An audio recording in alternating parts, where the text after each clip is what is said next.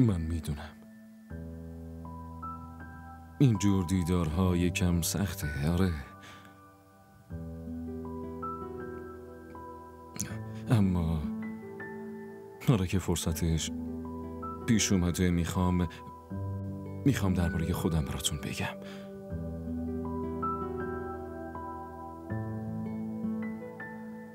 من خیلی آدم ساده ایم.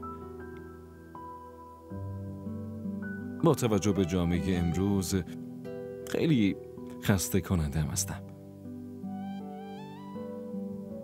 دوستای زیادی هم ندارم. بعد از کارم ترجیح میدم خونه بمونم و خیلی بیرون نمیرم. آره،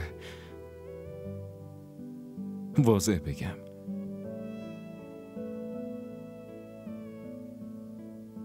توی رابطه و نسبتام خیلی احساسیم.